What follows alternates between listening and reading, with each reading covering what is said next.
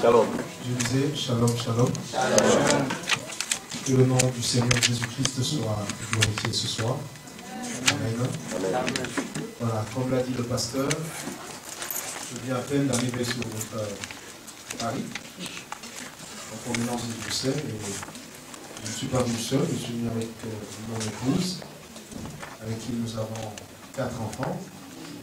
C'est elle qui est mon épouse, elle est ma femme, elle est ma concubine, elle est ma copine, elle est mon mari. Comme ça m'évite de chercher ailleurs. Amen. Ok, si elle peut se lever, je voudrais vous présenter. Alléluia. Alléluia. Amen. Merci au pasteur Douglas pour son invitation. Et merci à tout le comité de l'Église, ainsi qu'aux bien-aimés qui sont là ce soir. Amen. Au nom de Christ, nous avons prié. Seigneur Dieu Tout-Puissant, nous te bénissons pour ta présence. Nous te rendons grâce, éternel Dieu, parce que tu es parmi nous. Laisse, ô Dieu, que ton nom soit glorifié. Donne-nous de parler de ta part, Seigneur Dieu, de ne point livrer nos pensées, mais de livrer ta pensée. Avec le Saint-Esprit, nous t'avons ainsi prié. Au nom de Jésus, Amen. Amen. Alléluia. Amen. Que le nom du Seigneur soit glorifié. Prenez avec moi Ésaïe 60. Ésaïe 60. Nous lirons le verset 10 et ensuite le verset 15. Ésaïe 60, verset 10 et le verset 15. La Bible dit: des étrangers reconstruiront tes murailles et leurs rois te serviront. Car dans mon irritation, je t'avais frappé, mais dans ma grâce, j'ai compassion de toi. Tes portes seront constamment ouvertes, elles ne seront fermées ni le jour ni la nuit, pour laisser entrer chez toi les ressources des nations, ainsi que leurs rois en cortège. En effet, la nation et le royaume qui ne te seront pas asservis disparaîtront. Et ces nations-là seront totalement ruinées. Amen. Nous sautons le verset 15. Toi qui étais abandonné et détesté, toi que personne ne traversait plus, je ferai de toi un ornement éternel, un sujet de joie de génération en génération. Tu te nourriras du lait des nations et tu te rassasieras. Amen. Je reprends à partir du verset 10. Des étrangers reconstruiront tes murailles, c'est Dieu qui parle à Israël, et leurs rois te serviront.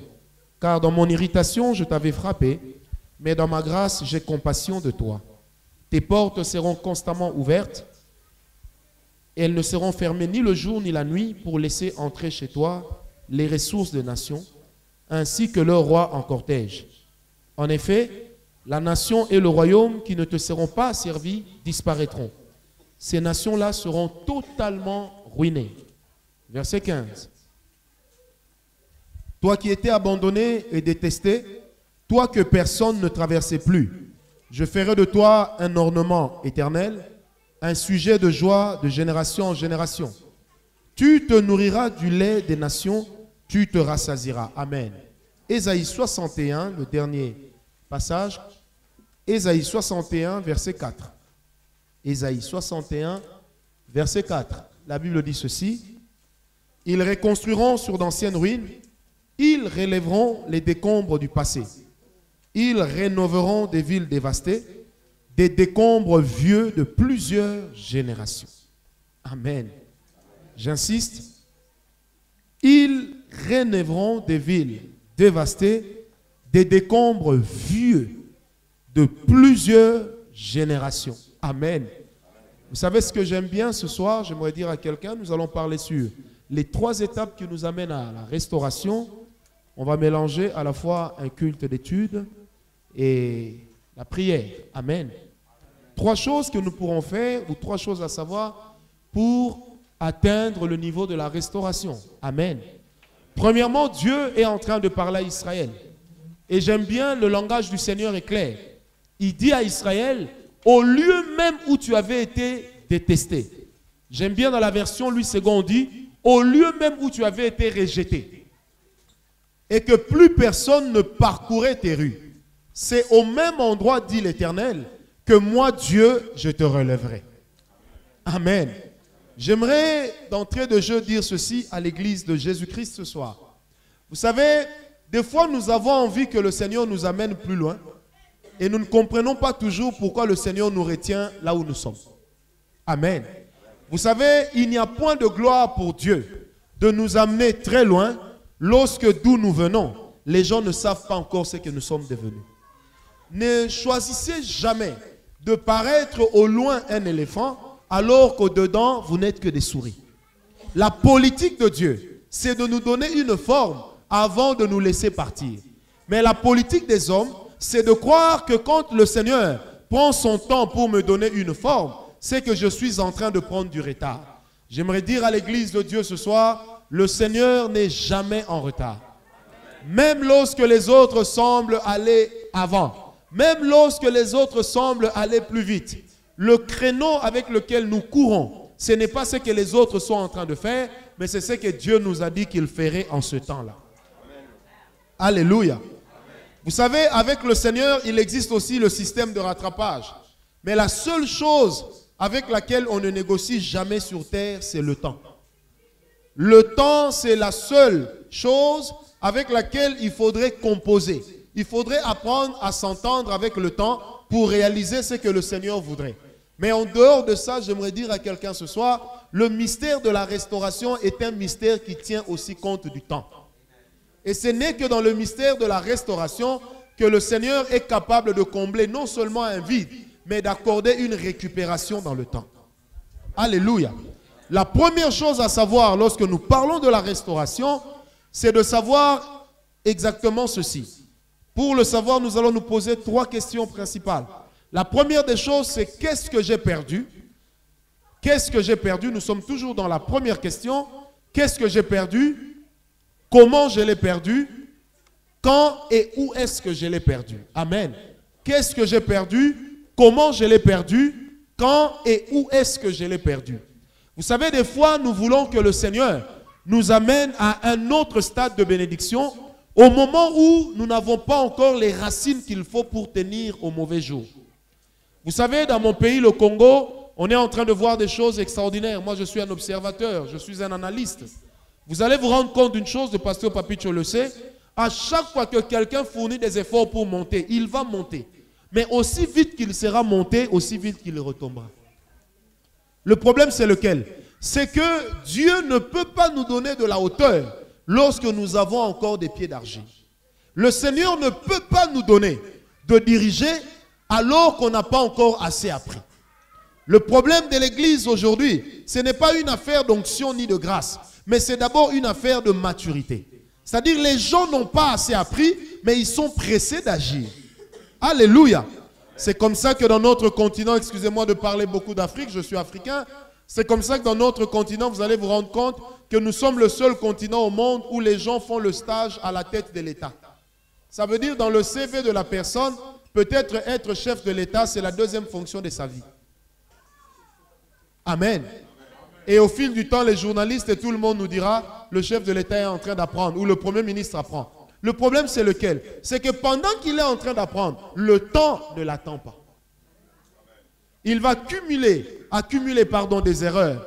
Et au même moment, le pays est en train de s'embourber, alors que lui se donne le temps d'apprendre. J'aimerais dire à quelqu'un ce soir, préférez vous lever tard que tôt sans Dieu. Alléluia. Préférez vous lever tard avec Dieu que tôt sans Dieu. Vaut mieux que les gens puissent se moquer de vous parce que vous êtes en train de prendre une forme. Et je reprends, la première des choses à savoir, c'est qu'est-ce que j'ai perdu. Vous savez, chaque étape dans la vie chrétienne est importante pour l'étape suivante. Chaque chose que Dieu fait dans les temps, c'est très important pour ce que Dieu fera dans la suite des temps. Alléluia. Si nous ne comprenons pas ce que nous avons perdu aujourd'hui, ou le pourquoi est-ce que le Seigneur nous retient à ce stade, eh bien nous ne saurons pas non plus pourquoi est-ce que le Seigneur nous amène loin et qu'est-ce que nous ferons une fois que nous y serons. Est-ce que quelqu'un est avec moi? Il est important de se poser la question, qu'est-ce que j'ai perdu? Comment je l'ai perdu? Vous savez, des fois, nous avons la facilité de tout mettre sur le dos du diable. Il est important que chacun apprenne à analyser sa propre vie. La Bible dit ceci, entrez en vous-même, examinez-vous. Alléluia, dans Sophonie 2:1. Il est important que chacun de nous apprenne à se remettre en question. Si j'ai perdu quelque chose, quelle est cette chose que j'ai perdue? Si j'ai perdu une grâce de Dieu, comment est-ce que je l'ai perdue? Alléluia. Si j'ai perdu une manifestation du Saint-Esprit dans ma vie, mais qu'est-ce qui s'est passé pour que je perde cela? Alléluia. Vous savez, généralement nous disons, Seigneur, donne-moi, donne-moi. Mais le Seigneur se pose aussi la question et il nous pose la question. Mais qu'est-ce que tu as perdu? Comment est-ce que tu l'as perdu? Et quand est-ce que tu l'as perdu? Vous savez, lorsque nous connaissons le comment nous avons perdu, ça nous rend sages pour les prochaines fois. Parce que la grâce aussi, elle peut se perdre. Amen. La position avec Dieu, on peut la perdre. Vous savez, David était conscient. La Bible dit, le diable a séduit le cœur de David. David a procédé au dénombrement. Lorsque le Seigneur a frappé Israël, tout Israël ne savait pas ce que David avait fait. Et n'était pas conscient que si Dieu nous frappe, c'est à cause du péché de David. Mais David était conscient que la malédiction qui est tombée sur Israël, c'est à cause de ce que j'ai fait. Et il est venu chez Dieu et dit, Seigneur, ne frappe pas ce peuple, il est innocent. Frappe-moi tout seul. Et Dieu lui dira, je diviserai un jour le royaume après toi. Parce que tu n'aurais pas dû faire cela. Amen. Et un homme comme David, il était conscient de ce qu'il faisait. Lorsque Nathan est venu voir David pour dire, oh roi, vis à jamais. Voici, il y avait un homme dans tel coin, il a fait ceci. David a dit, voilà, je vais arrêter cet homme. Le prophète lui dit, c'est toi. David n'a pas rechigné. Tout de suite, il a dit, Seigneur, aie pitié de moi. Ça veut dire que quand David connaissait un problème dans sa vie, il était capable d'expliquer comment est-ce que le problème est arrivé. Alléluia. Et c'est ça la maturité chrétienne. La maturité chrétienne, c'est une capacité de pouvoir expliquer les comment de certaines choses. C'est vrai que nous n'aurons pas tous les parce que des pourquoi. C'est tout à fait normal. Mais en ce qui nous concerne, il est important de savoir si je suis dans telle situation, quelle est la chose qui m'y a conduit. Amen. Qu'est-ce qui s'est passé pour que j'en arrive là? Lorsqu'on ne peut pas répondre à cette question, on ne peut pas non plus prétendre à la restauration. Il faudrait qu'il y ait une prise de conscience. Qu'est-ce que j'ai perdu? Comment est-ce que je l'ai perdu? Quand et où est-ce que je l'ai perdu? Vous savez, le quand aussi est important. Généralement, lorsque la nuit tombe et que nous entrons chez nous, chacun dans sa chambre un peu fatigué, tout de suite nous disons, Seigneur, je te bénis pour la journée, merci parce que la nuit tu vas me protéger. L'homme sage doit apprendre à se taire d'abord, à analyser sa propre vie. Comment est-ce que j'ai marché? Et le lendemain, s'il y a un ça ne va pas, avant de le chercher chez les démons, il va d'abord chercher le ça ne va pas chez lui-même. Parce que la panne n'est jamais du côté de Dieu. La panne est toujours du côté de l'homme. Vous savez, le Seigneur est prêt à déverser des grandes bénédictions. Mais le Seigneur se pose toujours la question, pourquoi faire? Si je fais que cet homme devienne un tel, pourquoi faire? Qu'est-ce que ça ajoutera dans sa vie? Qu'est-ce que ça va compléter dans sa vie? Alléluia. Comment est-ce que j'ai perdu? Et où est-ce que j'ai perdu? Je me rappelle à l'époque, on priait dans une église à l'UPN, à Kinshasa, et il y avait un jeune homme qui était tellement zélé, à peine converti, il tenait à tout prix à gagner les âmes pour le Seigneur. Il est allé prêcher dans une maison, alors que tout le monde lui avait dit, n'y va pas. Il dit, non, jamais. Moi, j'irai, je vais prêcher à cet occultiste-là. Il a prêché la parole au monsieur qui était là, et puis il dit au monsieur, je te mets au défi.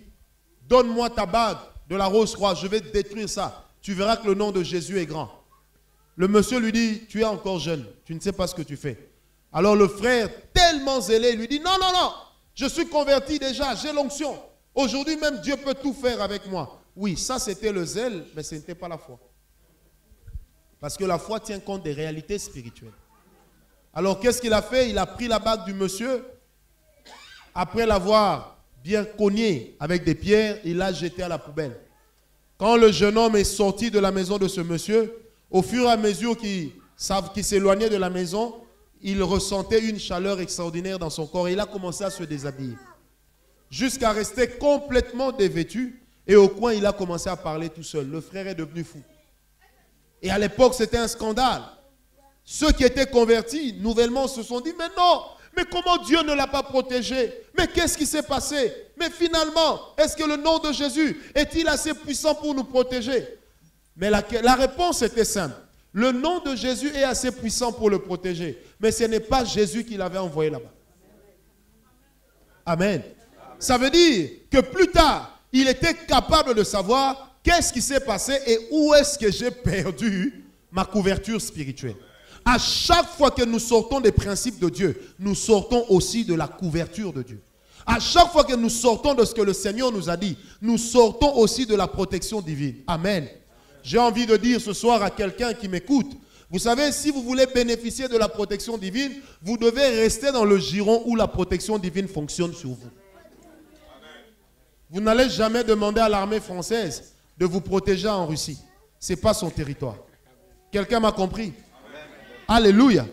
Et ce monsieur est devenu fou. Pourquoi? Parce que tout simplement, il est allé là où il ne fallait pas et il a fait des choses qu'il ne fallait pas faire en ce moment-là. Alléluia. C'est justement pourquoi moi j'aime bien le dire aux serviteurs de Dieu jeunes. Vous savez, le zèle et l'onction seuls ne suffisent pas. Il faut aussi beaucoup de maturité et de discernement. Vous devez savoir où vous êtes et ce que vous êtes en train de faire. Nous, on a connu des histoires, des jeunes gens à peine convertis qui vont voir un féticheur et il lui dit « je te mets au défi ». On a connu une histoire en Mbujimaï dernièrement. Il y a un pasteur qui s'est levé et comme il y avait un autre pasteur dans le coin qui avait connu un grand succès. Et sa stratégie était laquelle? C'est qu'il défiait les sorciers et les féticheurs. Il leur lançait des défis, même aux catcheurs. Et lui s'est dit, bon, moi aussi je sers le même Jésus. Mais ce qu'il ne savait pas, c'est que l'autre avait un contrat avec Dieu. Et qu'est-ce qu'il a fait? Ces images, c'est même sur YouTube, ça m'avait écœuré. J'étais aux États-Unis et c'était des pasteurs ivoiriens qui me montraient ça. Ils ont dit, regarde les bêtises de chez toi. En fait, qu'est-ce qui s'est passé? Le pasteur est allé provoquer le plus grand féticheur du quartier. Il lui a dit, je te mets au défi. Alors, qu'est-ce qu'il a fait? Il est entré dans la maison du monsieur, il a sorti tous ses gris-gris et il a brûlé ça. Pendant qu'il brûlait, le monsieur le regardait. Vous savez, après un moment, le monsieur lui a dit, take it. Le pasteur s'est évanoui. Je ne sais pas s'il faut dire qu'il s'est évanoui, il est allé en extase ou en quoi. Mais en tout cas, bref, le pasteur ne se réveillait plus. Les autres pasteurs sont venus, ils ont intercédé. Le pasteur ne s'est pas levé. Et vous connaissez la meilleure, c'est que 3 jours après, les pasteurs, après avoir jeûné et prié pour réveiller leur ami sans pouvoir y parvenir, ils sont allés supplier le catcheur. Et le catcheur est venu, il regarde le pasteur, il lui dit, take it. Le pasteur se lève. Et vous savez, la première des choses que le pasteur a fait, c'était laquelle? Devinez un peu. Il a mangé les pages de la Bible. Il s'est mis à déchirer la Bible. Vous savez, quand on me montrait ça, j'étais gêné. Et au fond de moi, j'ai posé la question au Seigneur. Seigneur, comment tu as pu permettre ça? Le Seigneur m'a dit, non, c'est lui qui a permis ça. Je ne lui avais pas donné ce mandat-là. Et puis Dieu me dira, au moins lui, le jour où il sera encore sur le champ missionnaire, il sera capable de dire à quel endroit est-ce qu'il avait perdu la grâce. Est-ce que quelqu'un est avec moi? Dieu ne peut nous restaurer que lorsque nous revenons là où nous avions perdu la grâce. Dieu ne peut nous faire du bien que lorsque nous revenons là où nous avions perdu la chose de Dieu. Alléluia. Vous savez, il est important de reconquérir d'abord ce qu'on avait perdu avant de prétendre à une autre chose. Dieu n'est pas celui qui vient combler un vide. Non, frère. Alléluia. Dieu ne vient pas combler un vide, mais Dieu vient remplir l'homme complètement. Pas parce qu'il y a un vide, mais parce que cet homme se dit, j'ai besoin de Dieu. Donc ça, c'était la première étape. Se poser la question, où, comment, quand est-ce que j'ai perdu ce que Dieu m'avait donné? Où, comment et quand est-ce que j'ai perdu ce que Dieu m'avait donné? Il faudrait avoir des repères dans la vie spirituelle. Où, comment et quand est-ce que j'ai perdu ce que Dieu m'avait donné? Vous savez, c'est une parole que le Seigneur a déposée fortement dans mon cœur. Dans notre génération, il y a de plus en plus de personnes qui passent à côté des choses de Dieu parce qu'ils sont en train de s'amuser.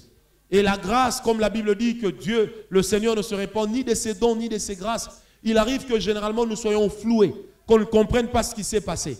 Mais j'aimerais dire à l'Église, avant de prétendre à ce qui est excellent, on doit d'abord apprendre à réparer avec Dieu. Vous savez, le Seigneur généralement nous rejette, non pas à cause des grandes choses, mais à cause de la mauvaise gestion des petites. Alléluia. Vous savez, quand Dieu a rejeté l'homme, l'onction va continuer à couler. Même lorsque David avait reçu l'onction royale, Saül était toujours sur le trône. Mais cela ne voulait pas dire que Dieu était avec Saül. Mais Dieu a continué à être avec Israël, non plus Saül. Est-ce que quelqu'un m'a compris? Et David n'a pas pu porter la main sur Saül parce que Dieu lui avait dit par l'esprit en lui que tu ne peux pas toucher à ce oint. Ça veut dire que Saül, même s'il a perdu l'onction, mais il n'avait pas perdu les traces de l'onction dans sa vie. Et il y a plusieurs ministères dans lesquels, pour l'onction, il ne reste que des traces. Est-ce que quelqu'un m'a compris? La chose qui faisait la grâce de Dieu n'est plus. La vie de sanctification n'est plus. La vie de consécration n'est plus. Frère, ce soir, il faudrait que chacun de nous reconnaisse où est-ce que j'ai mal agi. Qu'est-ce que j'aurais dû faire que je n'ai pas fait? Qu'est-ce que je n'aurais pas dû faire, mais que j'ai fait? Vous savez, des fois dans nos vies, nous accusons d'un retard, non pas parce que Dieu le veut, mais parce que nous-mêmes, nous le voulons. Et nous avons toujours des versets. Toute chose concourt au bien de ceux qui aiment Dieu. Frère, sœur, pose-toi d'abord la question. Dans ce qui m'arrive, quelle est ma part de responsabilité? Si tu n'as pas de responsabilité, alors en ce moment-là, tu peux dire, Seigneur, je n'ai rien à me reprocher. Sinon, tu vas confesser même les péchés des aïeux et de l'ancêtre Adam. Alléluia. Moi, j'ai vu un monsieur me dire, prophète, moi, ça ne va pas. J'ai confessé même les péchés que je ne connaissais pas. Et ça, dans sa prière, il disait, Seigneur, si j'ai péché par action, même par omission, pardonne-moi. Tellement qu'il cherchait des voies de sortie. Alléluia. Ça, c'était la première étape. Qu'as-tu perdu? Où l'as-tu perdu? Comment l'as-tu perdu? Vous savez, en tant qu'enfant de Dieu, il est de ces endroits où nous ne sommes pas appelés à nous rendre. Il est de ces choses que nous ne sommes pas appelés à faire. Seulement parce que nous marchons avec Dieu. Et il faudrait une certaine droiture. Et n'oubliez jamais, on ne peut jamais réussir la vie chrétienne sans une vie de discipline personnelle. Et la discipline personnelle, c'est un peu comme l'aiguille qui vous dit que vous êtes éligible à ce que Dieu veut faire. Alléluia. La deuxième étape, je vais avancer rapidement parce qu'il faudrait qu'on prie. En parlant de toutes ces choses, je ne sais pas pourquoi, mais j'ai le cœur qui est vraiment lourd, qui est très lourd, qui est vraiment, alors vraiment lourd. Alléluia. Qui est vraiment lourd. Qui est vraiment lourd. La deuxième des choses, ou le deuxième point, c'est si je dois être restauré, en quoi est-ce que je dois l'être? Si je dois être restauré, en quoi est-ce que je dois l'être? Il faudrait savoir exactement, après s'être posé les premières questions, c'est si je dois récupérer quelque chose. Quelle est la chose que je dois récupérer? Vous savez, lorsque l'ange est venu parler à Gédéon et qu'il lui a dit les paroles que le Seigneur lui avait adressées, j'aime bien.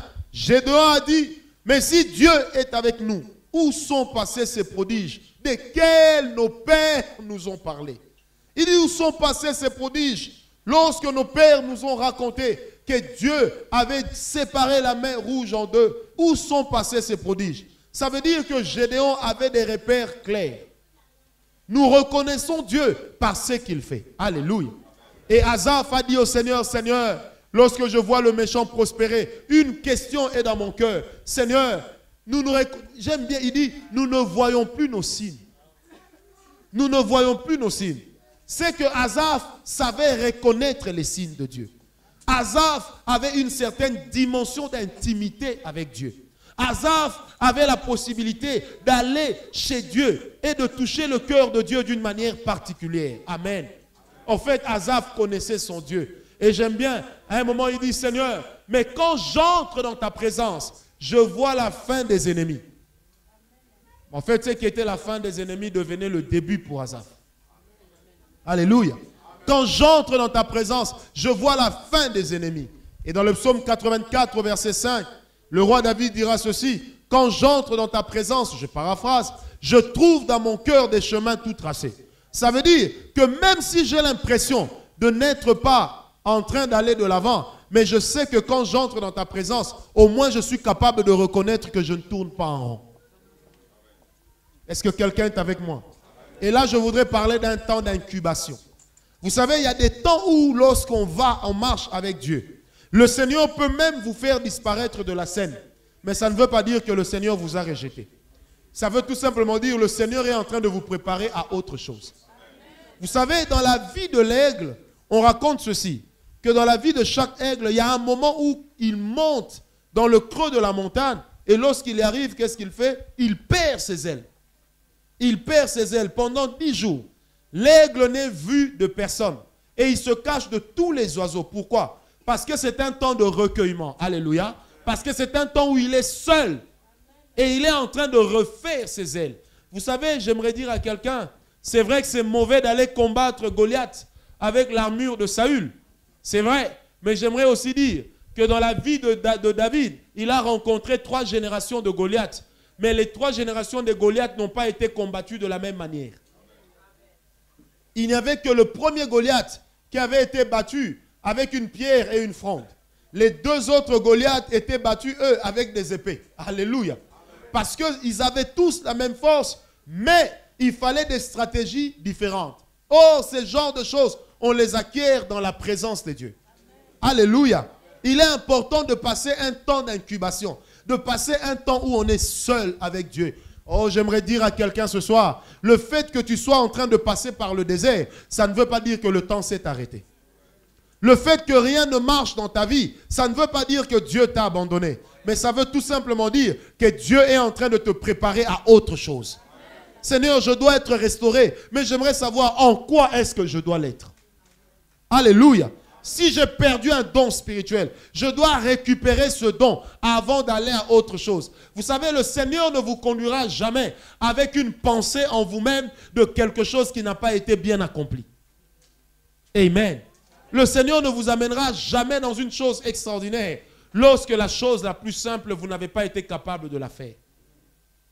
Est-ce que quelqu'un est avec moi? Et c'est justement pourquoi même dans l'église, chaque étape compte. Partout où nous passons avec Dieu, ça compte. Un jour, quelqu'un m'a posé la question, mais prophète, on voit des gens monter à Kinshasa, devenir des prophètes, et après ils disparaissent, on entend de telle et telle autre chose, mais vous, comment vous avez fait? Ça fait des années. Je lui ai dit, c'est simple. Premièrement, j'ai tellement souffert pour arriver là où j'en suis. Moi-même, pour parler en langue, j'ai fait 3 ans. J'ai amené les gens au Seigneur, ils ont commencé à parler en langue avant moi. À un moment, je me disais, Seigneur, j'ai comme l'impression que le parler en langue est sélectif. Et quand les amis priaient en langue, je les regardais. À un moment, je leur disais, vous êtes des orgueilleux. Vous, pour prier longtemps, vous parlez en langue. Mais moi, je prie 12 heures en français. Alléluia. Parce que je cherchais à tout prix à leur montrer que je connais Dieu. Amen. J'amenais à peine des gens à l'église, ils parlaient en langue. Et moi, j'étais là, et quand ils parlaient en langue, je les regardais, je dis, hey, mais ça a commencé à droite et à gauche, et moi dans tout ça. J'avais comme l'impression que le verset se retournait contre moi. 10 000 étaient baptisés à ma droite, 1000 à ma gauche, et moi, je n'étais pas atteint par les flots de l'esprit. Alléluia. Et j'étais là, je regardais. Mais je peux vous assurer que le jour où j'ai reçu le baptême de l'esprit, j'ai parlé en langue de 19h à 5h du matin. Et depuis lors, ma vie a changé. Et c'est là que le Seigneur a commencé à me plonger dans les vagues prophétiques. La première fois où j'ai parlé en langue, j'ai parlé diversité des langues. Je dis bien de 19h à 5h du matin. Et j'ai prophétisé toute la nuit en plusieurs langues. Et le matin, de 5h à 11h, je n'ai fait qu'interpréter des choses que je ne comprenais pas. Et je peux vous assurer, c'était une chose formidable. J'ai vu des gens avec Dieu avancer très vite, mais s'arrêter aussi vite. Alléluia. Et quand les amis me posaient la question, mais comment tu as atteint un tel degré de sensibilité? Je leur disais non, je l'avais toujours eu. Je m'étais préparé à ce que Dieu allait faire. Je savais que Dieu devait me restaurer quelque part. Puisqu'avant que je ne sois baptisé de l'Esprit, une nuit j'ai parlé en langue. Et le matin je me suis réveillé, j'ai essayé, ça ne sort plus. Et c'était resté en moi que je dois d'abord être restauré et d'abord parler en langue. Et je peux vous assurer, dans notre ministère, mon épouse est là, nous avons des fils et des filles, lorsqu'ils parlent en langue, ils vous donnent envie de prier. Parce que chez nous, ou chez Dieu, à l'église que nous dirigeons, lorsqu'on dit prions en langue, vous savez, vous êtes émerveillés. Là, on parle espagnol, là, on parle latin, là, on parle allemand, on parle russe. En fait, vous allez vous retrouver des gens en train de parler plusieurs langues. Parce que la présence de Dieu est devenue une passion. Alléluia. Et je dis toujours à la chorale, avec ou sans vous, il y aura culte. Et je dis souvent au modérateur, avec ou sans vous, Dieu sera là. Alléluia. Parce que Dieu doit devenir une passion. Et la restauration doit devenir une affaire de chaque jour. pas d'un temps. Seigneur, ce que j'ai raté hier, je dois récupérer ça aujourd'hui. La Bible dit, ils rebâtiront sur d'anciennes ruines. Mais pourquoi est-ce que Dieu ne dit pas qu'on va d'abord détruire les ruines, mettre un peu plus de propreté? C'est ça la bonne architecture. Dieu dit non, je n'ai pas ce temps-là. On va seulement bâtir sur ce qui était. Est-ce que quelqu'un m'a compris? J'aimerais dire à quelqu'un, vous savez, ce soir, Dieu va seulement reprendre là où tu es. Dieu ne va pas t'amener là, il va seulement répondre là où tu es. Et j'aimerais amener cette église ce soir à avoir cette passion pour la présence de Dieu. À avoir cette passion. Vous savez, j'aime bien des fois des prières que nous avons avec les amis ou même à l'église. Quand les gens commencent à prier, il nous est arrivé d'avoir plusieurs fois des cultes où le modérateur est déjà tombé. Vous avez déjà vu ça? Et ma femme est championne en ça. Donc, modérateur par terre. Finalement, plus personne ne dirige le culte. Vous regardez dans la salle, vous vous rendez compte qu'il est de ces gens, il ouvre un peu l'œil comme ça. Il se rend compte qu'il n'y a plus de modérateur. Il regarde à droite, quelqu'un tombe. À gauche, quelqu'un tombe. Lui-même se dit, Seigneur, aide-moi. Pourquoi? Parce que quelque part, on doit faire grandir cette passion de la présence de Dieu. On doit faire grandir. Vous savez, il faudrait que vivre dans la présence de Dieu devienne une passion. Seigneur, quelles sont les nouvelles du ciel? Quelle est la chose que j'ai ratée? Quelle est la chose que tu voulais faire hier, à côté de laquelle je suis passé? Seigneur, j'aimerais comprendre. J'aimerais boire et encore boire dans cette présence. J'aimerais dire à l'église ce soir, il y a une source pour la restauration. Et cette source s'appelle la présence de Dieu. Alléluia. Cette source s'appelle la présence de Dieu. Et quand le Seigneur vous fait du bien, là dans le lieu de sa présence, vous avez l'impression de grossir alors que vous êtes encore mince. Tellement que vous êtes bien avec Dieu. Alléluia. Vous savez, vous êtes dans une société tellement évoluée. Les gens ont le temps pour aller dans les jobs. Les gens, tout le monde a le temps pour faire les cheveux, pour bien s'habiller. Mais qui a encore ce temps-là pour être avec Dieu? Qui a encore ce temps-là pour grandir dans la présence de Dieu? Qui trouve encore le temps de dire, Seigneur, ta présence est devenue pour moi une passion. C'est devenu une nécessité. Parce que même la présence de Dieu est devenue une denrée rare. Malheureusement, il n'y aura pas d'UNICEF. Il n'y aura pas d'OMS pour ça. Mais il n'y aura que le Saint-Esprit pour nous retourner là où Dieu nous veut et dans ce que nous avons perdu. Et ce soir, je sens dans mon cœur qu'il y a des personnes ici ce soir qui ont perdu une certaine dimension avec Dieu. Pourquoi? À cause des on-dit. Vous savez, les personnes qui sont à côté de vous peuvent aussi être ou constituer pour vous des blocages.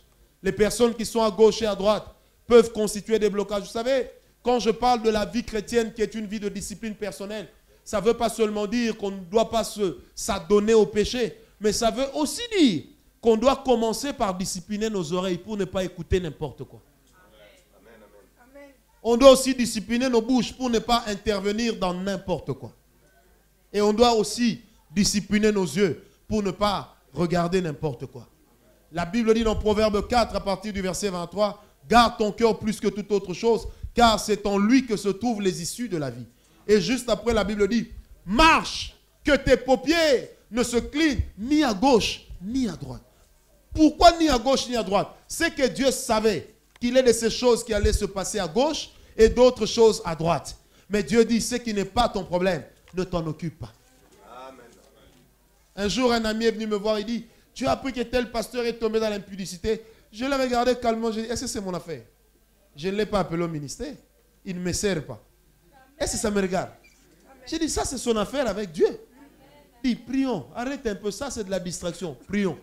Parce que quand vous prêtez vos oreilles à ce genre de choses, en fait, ça commence à devenir en vous quelque chose de lourd. Et c'est comme un tribunal dans votre cœur qui vous empêche d'avancer avec Dieu. Frère, tous ceux qui ne t'aident pas à avancer avec Dieu est en train de te faire prendre du retard. Dis à ton voisin, débarrasse-toi de cela. Alléluia. Non, dis-le très bien à ton voisin, débarrasse-toi de cela. Vous savez, moi à l'église, je dis aux enfants de Dieu, il existe ce que moi j'appelle des débats stériles. Et dans lesquels on ne me retrouvera jamais. Est-ce que le Saint-Esprit est Dieu? Moi je dis aux gens, écoute, si tu ne crois pas que le Saint-Esprit est Dieu, tu crois que le Saint-Esprit est Dieu. Bon, ce n'est pas un problème. Reçois Jésus comme sauveur et Seigneur. C'est le plus important. Sur ça, je peux discuter. Est-ce que l'onction existe, l'onction n'existe pas? C'est ton affaire. Moi, je sais ce que l'onction a fait dans ma vie. Si pour toi, elle n'a jamais rien fait, donc ça n'existe pas. Où est le problème? Est-ce que quelqu'un me comprend? Non, est-ce que Dieu guérit encore les malades? Si tu n'as jamais été malade, pour être guéri par l'Esprit de Dieu, oui, mais c'est ton problème. J'aime bien ce que l'aveugle avait dit. On lui a posé la question. Celui qui t'a aidé à recouvrir la vue, est-il le Messie ou un prophète? Écoutez ce que l'aveugle dira. Il savait certainement qu'on voulait le piéger. Mais il leur répond, moi, je ne sais pas, moi. Il dit, moi, je ne sais pas. En fait, j'aime bien. L'aveugle voulait leur dire ceci. Et vous et moi, nous savons ensemble que j'étais aveugle. Est-ce que quelqu'un m'a compris? L'aveugle ne voulait pas que le témoignage de son miracle puisse souffrir d'une déformation. Il leur a dit, écoutez, moi, je ne sais pas. En fait, c'est comme s'il voulait leur dire, vous savez, quand vous parlez avec quelqu'un, une fois qu'il dit, moi, je ne sais pas, c'est qu'il sous-entend que vous, vous savez. Alléluia. Vous savez, lorsque vous êtes à deux, si on pose la question, où se trouve la gare du Nord? La première qui dit, moi, je ne sais pas, sous-entend que l'autre sait. Et l'aveugle leur dira, moi, je ne sais pas. S'il est le Messie, s'il est un prophète, moi, je ne sais pas. Ça veut dire que qui savait? Vous, vous savez. Il dit, mais moi, tout ce que je sais, que peut-être vous, vous ignorez, c'est que moi, j'étais aveugle. Maintenant, je vois. Il ne leur a même pas dit, il a prié pour moi. Il ne leur a même pas dit, voici comment il a fait pour que je recouvre la vue. Ça, ce n'était pas le problème. L'aveugle a dit, peu importe ce qu'il a fait, moi, j'ai les résultats. Est-ce que quelqu'un m'a compris? Dis à ton voisin, il est de ces gens avec lesquels il ne faut plus traîner. Dis-le lui. Non, dis-le lui très bien. Non, dis-le lui très bien. Oh, moi, je ne crois pas à la résurrection. C'est ton affaire. Moi, je ne crois pas que Dieu soit capable de guérir les gens. C'est ton affaire. Si toi, tu penses que tu iras au ciel avant nous, c'est aussi ton problème. Comme me disait quelqu'un, il ne faut pas parler aux gens de l'argent ni de la prospérité. Il faut seulement leur parler du ciel. Mon frère, ma soeur, si tu meurs avant, tu n'iras pas au ciel avant nous. La Bible dit, au son de la trompette, les morts en Christ ressuscités. Vous savez pourquoi ce sont d'abord les morts? Parce qu'ils sont en bas. Et puis la Bible dit, ils ressusciteront, ils vont atteindre notre niveau. La Bible n'a jamais dit qu'ils vont monter avant. Non, ils doivent ressusciter avant puisque nous sommes en vie. Quand eux, ils se lèvent, ils sortent du séjour des morts, ils atteignent notre niveau. En ce moment-là, qu'est-ce qu'on fait? On monte ensemble. Oh, il ne faut pas raconter aux gens des histoires. Frère, mourir pauvre, ce n'est pas une promotion. La pauvreté et la sanctification ne sont pas sœurs. Est-ce que vous savez que la pauvreté devient même un ennemi à la sanctification? Parce que les pauvres murmurent trop. Donne-moi un amen bien. Est-ce que vous avez déjà remarqué que les pauvres aiment crier pour se faire entendre? Il faut que Dieu vous restaure dans vos pensées, dans vos têtes là. Quelqu'un m'a compris? Moi, je dis toujours à ma femme, dès que j'aurai beaucoup d'argent, bientôt là, je dis, je ne vais plus beaucoup parler. Vous savez que si Hollande vous appelle, même si vous avez un problème de réseau, ça va passer. Donc, et puis vous ne lui direz pas, s'il vous plaît, monsieur le président, s'il vous plaît. Non. L'oreille là, ça va fonctionner normalement. Vrai ou faux? Vous avez déjà vu quelqu'un être appelé par le chef d'État et puis dire au chef d'État, pardon, je n'entends pas. Excusez, j'ai un problème de réseau. Mais non! Non, frère. Est-ce que quelqu'un m'a compris? C'est comme ça que dans l'église, vous avez des gens qui vous disent, moi, si on me nomme ministre, je vais d'abord demander la volonté de Dieu. Mon frère, prends d'abord. Si ça ne vient pas de Dieu, on va te faire partir. Au moins dans ton CV, tu vas écrire a été ministre. Il faudrait que Dieu nous restaure dans la pensée. Vous savez le problème que nous avons commis. Le problème c'est lequel? Nous avons amené les enfants de Dieu au ciel alors que le ciel est fermé. Donne-moi un amen bien. On vous a amené au ciel avant. Et vous vivez comme si demain c'est le ciel. Frère, même lorsque tu seras en train de t'enrichir, si ça sonne, tu vas partir. Mais au moins entre nous, toi tu es beau, hein, frère. Toi, tu veux aller au ciel et les païens n'héritent de rien. Il faut quand même que les gens se disent, hey, ces chrétiens vraiment, ils avaient l'argent, hein? Ils étaient aussi bien, mais ils ont prié. Ah, ça c'est une leçon. Nous aussi, au prix de notre sang, on va être sauvés. Puisque le Saint-Esprit ne sera plus là et que la grâce aura disparu. Est-ce que quelqu'un m'a compris? Dis un peu à ton voisin, il faut changer des choses là-dedans. Non, dis-le lui très bien, il faut changer les choses. Dis-le lui bien, il faut changer ça. Alléluia. Vous savez, dans l'église, les personnes qui n'ont pas deviennent aigries. La pauvreté, c'est l'ennemi de la sanctification. Parce que quand dans l'église, vous avez un pauvre, une fois que quelqu'un entre bien habillé, ici quoi, regarde, charnel.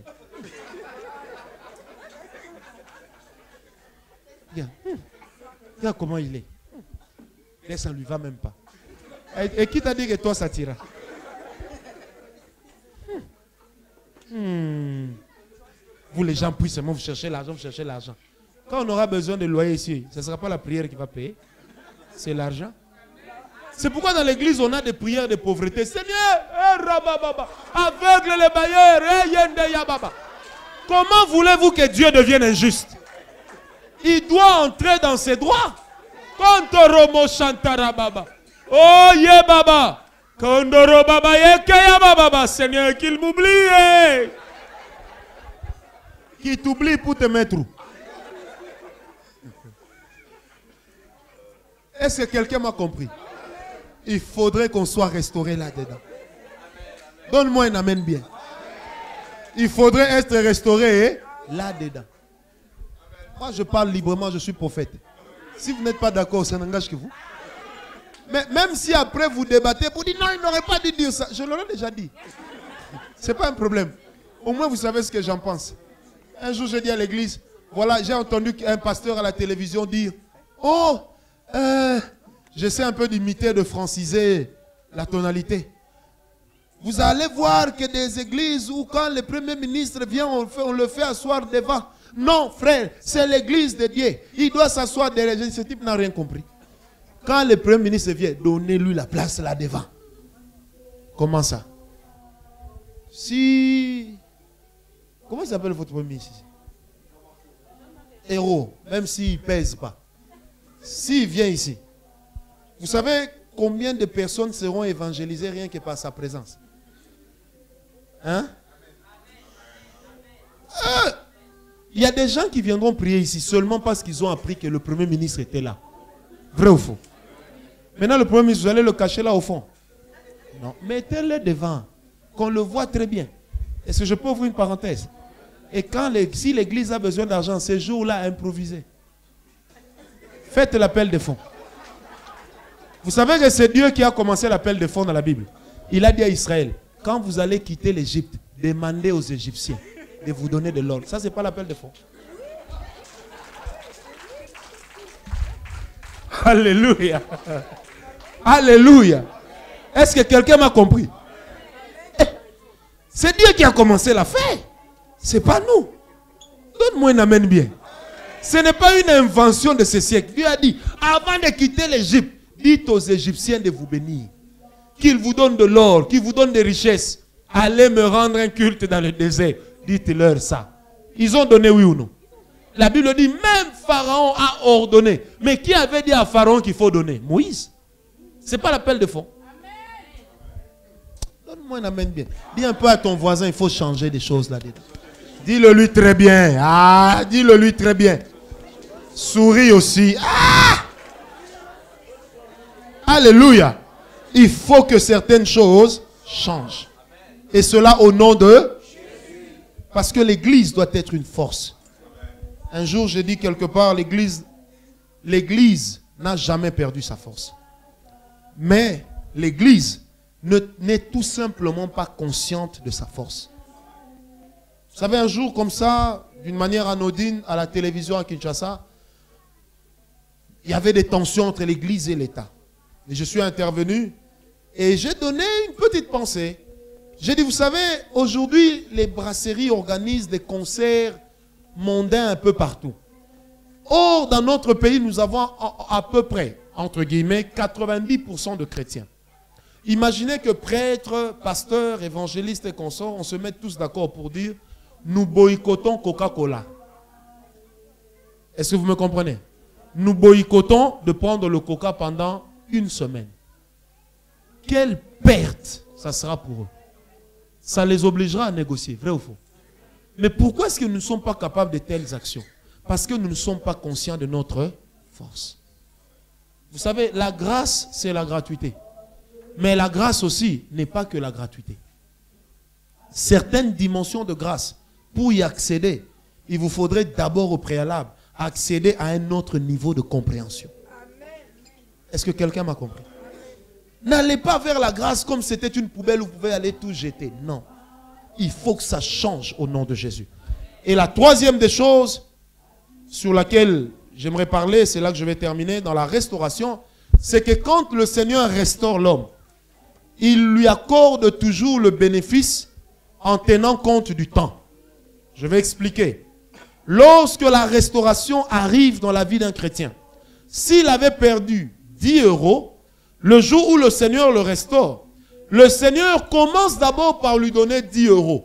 Mais le Seigneur ne s'arrête pas à 10 €. Parce que le mystère de la restauration, c'est de vous accorder aussi ce que la perte a engagé et a engendré dans le temps. C'est-à-dire que quand le Seigneur restaure l'homme, il ne peut pas que lui donner ce qu'il a perdu, mais il doit aussi lui donner ce qu'il lui fallait avec le temps. Si l'homme avait perdu 10 €, le jour où le Seigneur le restaure, il ne peut pas lui donner 10 €. Il va lui donner plus. Mais le temps qui vous sépare de ce que Dieu va faire, c'est le temps durant lequel le Seigneur est en train de vous équiper et de vous donner le caractère qu'il faut pour supporter la bénédiction. Parce que ce sont, les faibles ou les enfants spirituels qui considèrent la bénédiction comme une promotion. Les hommes matures avec Dieu considèrent la bénédiction non pas comme une promotion, mais comme une responsabilité.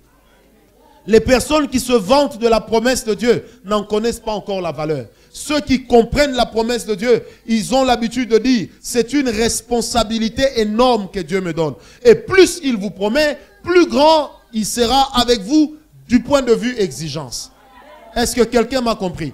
J'aimerais dire à quelqu'un ce soir, si c'est un don que tu avais perdu, à l'heure qu'il est, aujourd'hui, ce soir, le Seigneur te donnera de récupérer un peu plus. Alléluia. Alléluia. Il faudrait que ce soir, le Seigneur donne de l'indigestion spirituelle à certaines personnes.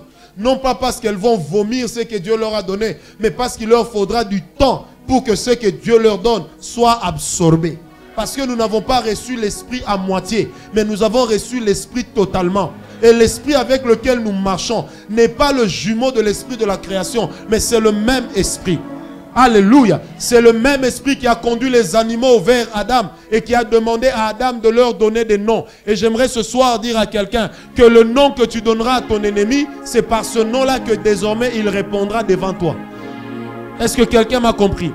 Le nom que tu donneras à l'obstacle devant toi, c'est le nom par lequel l'obstacle répondra. L'autorité de Dieu est une chose pour laquelle et avec laquelle l'Église devrait cesser d'être étrangère. Parce que le tout de Dieu, c'est pour l'Église. La grâce de Dieu, c'est pour l'Église. Le Seigneur n'a pas d'autre intérêt sur terre que l'Église.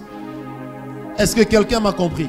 Je répète, le Seigneur n'a pas plus grand intérêt sur terre que l'Église. Il est temps que nous puissions comprendre les valeurs, que nous puissions comprendre les choses de Dieu. Mais il est surtout temps que nous puissions entrer dans la présence de Dieu. Prendre et boire tout ce que Dieu nous a amené. Dire au Seigneur, Seigneur, je resterai ici jusqu'à ce que tu aies fini d'agir. Alléluia. Alléluia. Il est important qu'on accède à cette dimension-là. Il est important que l'on comprenne que ce que Dieu a fait hier n'est rien. C'est ce qu'il fera demain qui est grand. Je ne peux plus corriger mon passé, mais je peux encore affecter mon avenir. Je ne peux plus corriger ce que les gens savent que j'ai fait dans le passé. Mais je peux corriger ce que les gens apprendront de moi demain. Je peux corriger ce que les gens sauront de moi demain. J'aimerais dire à quelqu'un, le Seigneur que nous servons n'est pas limité à ton passé et à ton présent. C'est le Dieu qui t'attend aussi demain. Et je vois dans mon esprit qu'il y a des gens que le Seigneur va élever. Il y a des gens auxquels le Seigneur va donner une grâce extraordinaire. Je suis en train de voir le Seigneur ce soir répandre des grâces, des langues et d'interprétation des langues. Je suis en train de voir le Seigneur répandre des visions en ce lieu. Et il est important, Église de Jésus-Christ, que nous puissions monter avec Dieu. Et que quelqu'un ce soir dise, Dieu ne peut rien me refuser parce que je marche avec lui. Oh, est-ce que je peux dire quelque chose? L'Esprit de Dieu est vraiment en train de me le dire. Et je le dis. Vous savez, le plus grand mystère de l'homme, ce n'est pas de découvrir les choses qu'il ne connaît pas en dehors de lui. Mais c'est d'abord de découvrir quelles sont les richesses que le Seigneur a enfouies dans sa propre vie. Vous savez, des fois, nous avons des retraites pour dire, Seigneur, j'aimerais savoir comment tu agis avec tel homme. Mais il est important que ce soir, quelqu'un prie pour dire, Seigneur, j'aimerais savoir quelles sont les choses que tu as mises en moi et comment est-ce que je devrais les utiliser. Et tu te rendras peut-être compte que la personne que tu es en train d'envier, tu as la chose qui est plus grande que ce que tu as vu. Alléluia. Tu as la chose qui peut faire de toi un grand, mais tu ne le sais pas. J'ai envie de dire à quelqu'un ce soir, le Dieu que nous servons ne s'est pas limité qu'à ce qu'il a déjà fait. Il y a ce qu'il n'a pas encore fait. Et cela est caché en nous. Et ce soir, il y a une onction qui va descendre dans nos vies. Et cette onction-là va remove la chose que Dieu a déposée dans nos vies. Et je crois de tout mon cœur qu'il y a des gens qui seront restaurés dans des choses extraordinaires. Je crois cela de tout mon cœur. Et comme le disait l'apôtre Paul, je désire venir parmi vous afin de vous faire part de certaines grâces et de certains dons qui sont les miens. Et partout le Seigneur nous envoie, il y a toujours une dimension apostolique et prophétique qui nous accompagne. Et je crois que ce soir encore, la chose du prophète et la chose de l'apôtre vont couler en ce lieu. Car le Dieu que nous servons, je répète, il ne se limite pas qu'à ce qu'il a déjà fait. Courbons nos têtes, nous allons parler à Dieu. Courbons nos têtes, nous allons parler au Seigneur. Je ne sais pas si tu as réalisé ce que tu as perdu. Quand est-ce que tu l'as perdu? Comment est-ce que tu l'as perdu? Mais en ce moment-ci, j'aimerais te demander de parler déjà à Dieu. Oh my God. Parle à ton Dieu. Parle à Dieu.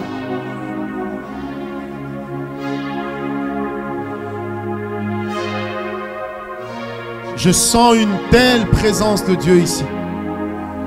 Oh my God.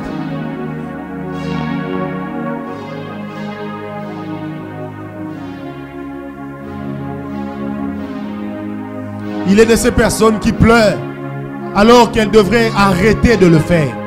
Parce que Dieu les attend à autre chose. Parce que le Seigneur les attend ailleurs que dans la dimension dans laquelle ils se trouvent. Oh my God. Alléluia. Seigneur, merci de faire grandir ta présence en ce lieu.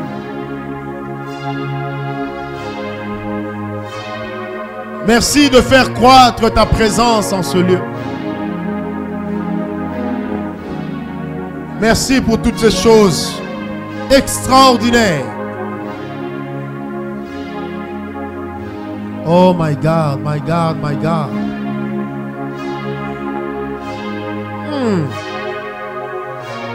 Alléluia. Alléluia.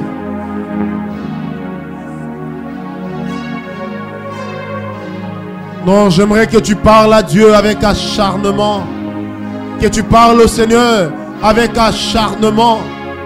Parce qu'il est de ces choses qui sont réservées que pour toi.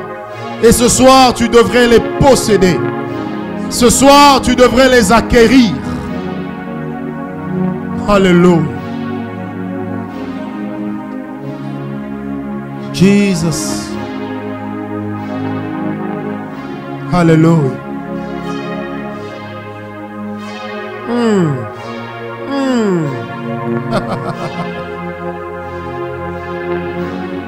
Alléluia. Alléluia.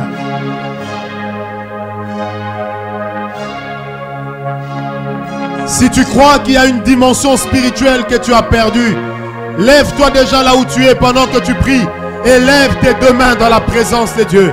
Si tu reconnais qu'il y a une sensibilité de l'esprit que tu as perdue, lève-toi. Ma soeur devant, lève-toi. y a une grâce prophétique extraordinaire que le Seigneur va répandre sur ta tête. C'est une chose qui devait descendre sur toi depuis déjà 3 ans. C'était venu, c'est parti. C'est venu, c'est parti. Mais ce soir, l'Esprit de Dieu me dit de te dire, ma soeur, la chose va s'attacher à toi. Parlons au Seigneur. Alléluia. Dieu me dit, écoutez-moi s'il vous plaît. L'Esprit de Dieu, je ne sais pas pourquoi il me donne cette parole, mais il insiste, il dit, Francis, il y a une garnison des sentinelles que je suis en train de vouloir équiper en ce lieu. Il y a une garnison des sentinelles que je suis en train d'équiper en ce lieu. Oh my God. Alléluia. Parle maintenant à Dieu. Parle à Dieu. Parle au Seigneur. Si tu connais la chose que tu as perdue, parle-lui de cette chose. Alléluia. Alléluia. Alléluia. Alléluia. Et laisse cette soif grandir dans ton cœur. Pendant que tu parles, laisse également la soif grandir dans ton cœur. Jesus.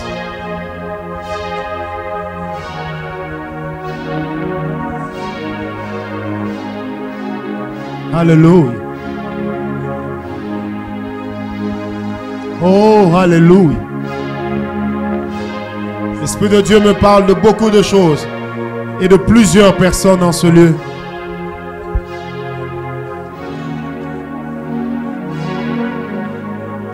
Merci Jésus. Je vais prier maintenant pour vous, Église. Seigneur Dieu Tout-Puissant, je te prie, Seigneur, je prie que ton esprit ce soir vienne raviver les flammes dans la vie de la plupart. Attention, il y a quelque chose qui va saisir plusieurs. Il y a quelque chose qui va saisir plusieurs personnes. Il y a un vent, pasteur, la sœur en rouge là-bas. Le Seigneur est en train de l'appeler à une vie de prière très profonde. Le Seigneur est en train de l'appeler à une vie de prière très profonde. La maman en lunettes derrière elle. Le Seigneur est en train de répandre sur elle un esprit de conseil ce soir. Un esprit de conseil est en train de descendre sur elle. Oh Dieu Tout-Puissant, je te prie maintenant, Père, d'accorder à ton peuple ce qu'il avait perdu. Éternel, avec bénéfice dans le temps, accorde à ton peuple la chose à côté de laquelle il est passé. Accorde à ton peuple la chose à côté de laquelle il est passé. Est-ce qu'on peut être calme? Levez seulement les mains. Attendez-vous à Dieu. Alléluia. Je vais donner des paroles prophétiques. Et à chaque fois quelqu'un qui est concerné, Dieu l'emmènera dedans. Il y a 2 personnes ici dans lesquelles le Seigneur va beaucoup parler, mais ça sera dans une dimension de rêve. Que l'Esprit de Dieu les touche là où elles sont. 2 personnes. 2 personnes. 2 personnes. Merci Seigneur. 2 personnes. Il y a une personne particulièrement que le Seigneur est en train de remplir d'un esprit de diversité de langues. Et sa voix va s'élever au-dessus de la voix de tout le monde maintenant. Seigneur, où est-elle? Dieu, l'Esprit lui accorde une dimension profonde dans les langues, dans la diversité des langues. Que sa voix s'élève. Que sa voix s'élève. Que sa voix s'élève. Pasteur, le frère en noir là-bas derrière. Il y a un puissant esprit prophétique sur lui. Et il y a une grande élection divine dans sa vie séculière. Mais c'est aussi un serviteur de Dieu. Et c'est quelqu'un qui prêchera la parole de Dieu. Mais le Seigneur l'élèvera dans des grands milieux d'affaires. Merci Seigneur. Alléluia. Jesus. Répands ta grâce ce soir, Seigneur. Répands ta grâce ce soir. Peuple de Dieu, lève bien tes mains. La grâce de Dieu est en ce lieu. La chose que tu attendais est en train de descendre en ce moment. Il y a des gens dans lesquels Dieu va accorder une grâce prophétique. Levez les mains. Je prie maintenant que Dieu répande la grâce prophétique dans cette église, dans votre communauté, car vous deviendrez une communauté dans très peu de temps. Je prie maintenant, Seigneur, que la grâce prophétique se répande dans ce lieu. Que toutes les personnes qui ont des grâces prophétiques, la parole de connaissance, la prophétie, Seigneur, que l'Esprit de Dieu se répande dans leur vie. Alléluia. J'ai dit que l'Esprit de Dieu se répande dans leur vie. Que l'Esprit de Dieu répande la chose sur eux. La chose sur eux. Oh my God. La chose est sur eux. Dieu est en train de la répandre dans leur vie. My God. Hallelujah. Kombra weba enda ya kanta yeoshi. Le rovrevosa te babrovihaza zabo. Windo tutishupa mazizaza rahera vivose. Kwemponi noroba shente. Ma soeur qui est devant ici, maintenant que l'Esprit de Dieu répande sur toi la chose qui t'a promise. Je dis qu'il répande sur toi la chose qui t'a promise. Que l'Esprit de Dieu vienne te parler. Que l'Esprit de Dieu vienne te plonger dans le monde de son esprit. Et que lui-même t'amène à comprendre des choses. Lorsque tu liras la parole de Dieu, que cette parole devienne pour toi une vie. Même ton caractère en sera affecté. Et la gloire de Dieu qui est ce soir sur toi, elle est en train non seulement de transformer ta vie, mais elle est aussi en train d'affecter ton caractère. Que Dieu te bénisse et que cette grâce se pose sur toi. Au nom de Jésus, j'ai dit que cette grâce se pose sur toi. Merci Seigneur pour la grâce. Oh my God! Est-ce que la maman en lunettes avec le bonnet rouge peut se tenir debout? Maman, l'Esprit de Dieu m'a dit, il est en train ce soir de répandre sur vous un esprit de sagesse. Je suis en train de vous voir travailler fortement dans les milieux des couples. Et je suis en train de vous voir travailler fortement dans les milieux des femmes seules. I don't know why, mais c'est ce que le Seigneur est en train de me dire. L'Esprit de Dieu est en train de me montrer que vous êtes assis quelque part. Et il y a des gens qui vous entourent, mais essentiellement des femmes. Seigneur Dieu Tout-Puissant, je ne connais pas la maman. Je ne sais pas qui elle est. Levez les mains, maman. Que cet esprit de sagesse que j'ai vu, que seul notre Seigneur peut donner, que cet esprit descende sur vous. Maintenant, in Jesus' name. Oh Lord. Oh Dieu. Le frère qui est en pull bleu, ma soeur à côté de vous, avec des lunettes, touchez-le. Demandez-lui de regarder vers moi. Regarde-moi mon frère. L'Esprit de Dieu m'a montré deux choses. La première des choses, je t'ai vu, tu étais comme avec des gens importants. Et tu étais en costume cravate. Et tu étais en train de signer des contrats. L'Esprit de Dieu ne m'a pas amené à voir les contrats. Mais dans la deuxième vision par contre, j'ai vu que le Seigneur te mettra en contact avec des gens hautement élevés. Et certains t'amèneront à travailler dans ce qui n'est pas ton domaine. Parce que j'ai vu des gens t'amener à vouloir travailler dans le domaine de l'eau. Et l'Esprit de Dieu m'a dit, lorsque cela arrivera, accepte parce que Dieu te bénira au travers de cela. Et le Seigneur me dit, ça sera une grande porte au travers de laquelle Dieu va te ramener d'où tu viens. Et lorsque tu y seras, tu deviendras un homme très important. Est-ce que tu m'as compris? Lève tes deux mains, mon frère. Dieu Tout-Puissant, tu m'as dit que tu es en train de rendre cet homme agréable. Il a plusieurs fois essayé des choses qui n'ont pas marché. Il a plusieurs fois essayé des choses qui n'ont pas abouti. Mais ce soir, Éternel, tu me dis que la saison de l'échec est passée. Tu me dis que la saison de l'essai est passée. Et tu me dis que tu es en train de le restaurer et de le rebâtir d'une nouvelle manière. Je prie, Seigneur, que sur lui, aucune parole de malédiction ne puisse dominer. Qu'aucune parole de malédiction ne puisse dominer.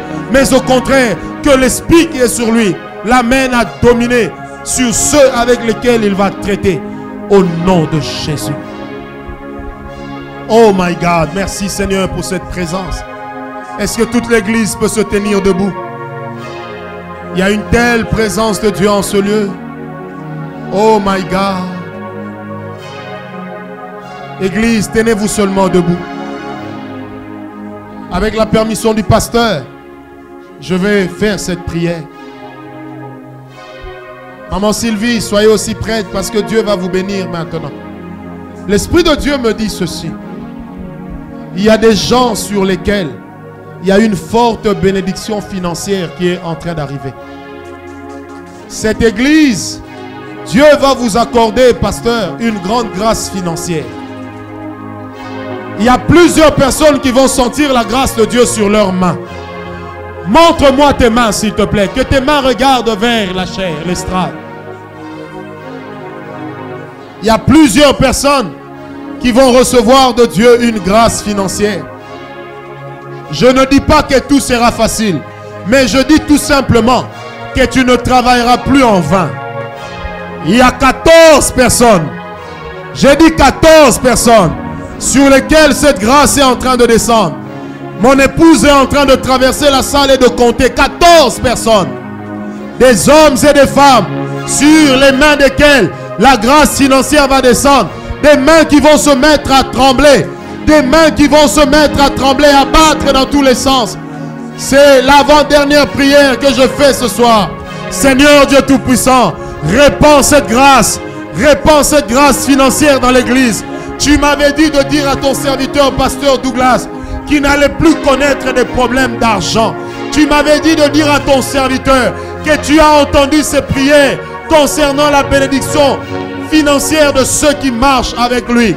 Il y a 14 personnes, mon frère qui est là-bas au fond en gris, mon frère de teint clair, la présence de Dieu est sur toi. Et je suis en train de voir le Seigneur t'ouvrir des portes. Que le Seigneur te rende agréable aux décideurs. Oh my God, my God. Cette grâce est sur 14 personnes. Nous en sommes à combien, chérie? 5. Il en reste encore 9. Oh Dieu, répands cette grâce ici. Il reste encore 9 personnes. Il reste encore 9 personnes. Il y a une grâce financière qui descend sur les mains de plusieurs. Seigneur, je prie que tu le fasses. Le Dieu que je sers ne ment jamais. Le Dieu que je sers, c'est lui le Dieu de la vérité. Oh my God. Oh my God. Seigneur, répands cette grâce. Au même moment qu'elle combatte l'esprit de pauvreté qui était dans certaines vies. Que les blocages de la pauvreté sautent. Au même instant que tout ce qui est de la pauvreté saute. Que la grâce financière fasse éclater les jours de la pauvreté. Fasse éclater les jours de la pauvreté. Seigneur, répands ta grâce ici. Répands ta grâce ici. Nous ne pouvons pas dépendre des autres. Nous ne pouvons dépendre que de toi. Et nous savons, Seigneur, que la bénédiction financière, c'est toi qui la donnes. Attention, nous montons à un degré supérieur. Il y a des gens qui sentent leurs mains lourdes. D'autres comme s'ils avaient touché au feu. Jesus. Cette église va se répandre un peu partout ici en France. Et même dans certains autres pays. C'est ce qu'il me dit. Seigneur, pour ce faire, tu accorderas à ton peuple de l'argent. Tu lui accorderas les moyens financiers conséquents afin que la vision se réalise. Seigneur, Seigneur, tu es en train de lire plusieurs pour cela. Tu es en train de lire des personnes desquelles plusieurs vont dépendre. Tu es lu ce soir des personnes desquelles plusieurs vont dépendre. Oh Dieu, répands ta grâce et ta bénédiction. Seigneur, répands ta grâce et ta bénédiction. Seigneur, répands ta grâce et ta bénédiction. Merci Jésus. Merci Jésus. Au milieu de ces gens, il y en a que politiquement, tu vas élever dans leur pays. Et même d'autres ici sur place en France. Je prie que la faveur divine soit sur ces personnes. Je prie que la gloire de Dieu se lève sur les têtes de ces personnes.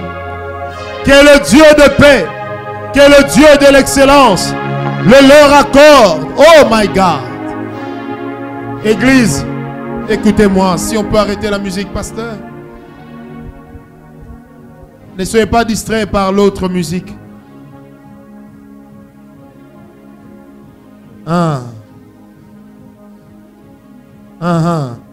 Seigneur, merci pour ce que tu fais.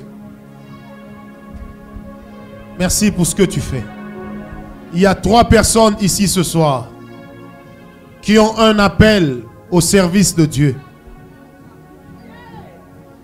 Ce sont les dernières personnes pour lesquelles je prie. Ces 3 personnes ont un appel au service de Dieu. Et l'Esprit de Dieu va les secouer fortement. Je vais compter jusqu'à 3. 1.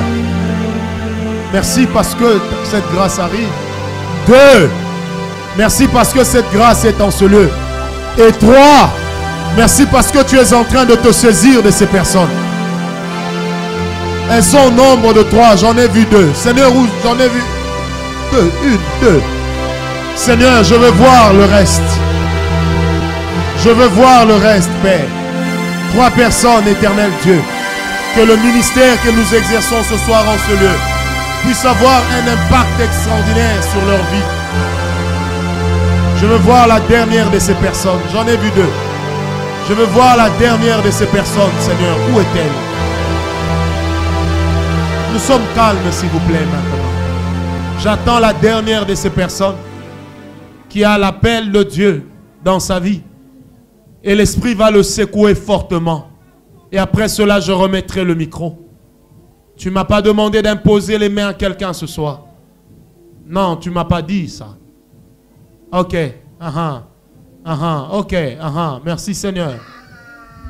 Merci Seigneur pour ta grâce. Père, je voudrais te dire merci pour ta présence. Bénis le pasteur Douglas. Bénis l'église dont il a la charge. Bénis madame, son épouse et leurs 3 enfants. Fais que la bénédiction de Dieu puisse être avec eux et sur eux. Au nom de Jésus. Merci Seigneur.